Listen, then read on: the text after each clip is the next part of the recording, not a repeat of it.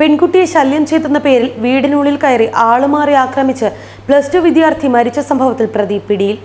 കൊല്ലം ജില്ലാ ജയിൽ വാർഡനായ വിനീതാണ് പിടിയിലായിരിക്കുന്നത്. ഈ മാസം 16-നുണ്ടായ സംഭവത്തെ തുടർന്ന് തിരുവനന്തപുരം മെഡിക്കൽ കോളേജിൽ ചികിത്സയിൽ കഴിയുകയായിരുന്ന കൊല്ലം അരിനെല്ലൂർ സ്വദേശി രഞ്ജിത്താണ് മരിച്ചത്. സംഭവത്തിൽ വിനീതിനെതിരെ കൊലപാതക കുറ്റം ചുമത്തിയിട്ടുണ്ടെന്നാണ് അറിയാൻ കഴിയുന്നത്. പോലീസ് ഇയാളുടെ മൊഴി രേഖപ്പെടുത്തുകയാണ്. രഞ്ജിത്തിന്റെ മരണശേഷം വൈകിട്ട് ജില്ലാ ജയിലിലെത്തിയ പോലീസിന് വിനീതിനെ കണ്ടെത്താൻ സാധിച്ചിരുന്നില്ല. പഠിച്ചുകൊണ്ടിരുന്ന രഞ്ജിത്തിനെ ഒരു സംഘം വീട്ടിൽ നിന്ന് പിടിച്ച് പുറത്തിറക്കിയ ശേഷം തലങ്ങും വിലങ്ങും മർദ്ദിക്കുകയായിരുന്നു. അരിനെല്ലൂരിനടുത്ത് താമസിക്കുന്ന ഒരു പെൺകുട്ടിയെ ശല്യപ്പെടുത്തിയെന്ന് ആരോപിച്ചായിരുന്നു ക്രൂരമർദ്ദനം.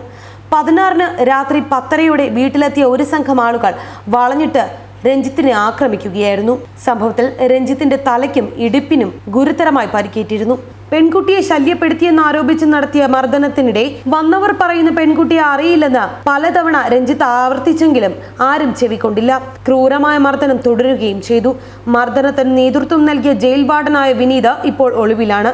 രഞ്ജിത്തിന് അങ്ങനെ ഒരു പെൺകുട്ടിയെ അറിയില്ലെന്നും ശല്യം ചെയ്തിട്ടില്ലെന്നും അന്വേഷണത്തിൽ തെളിഞ്ഞിട്ടുണ്ട്.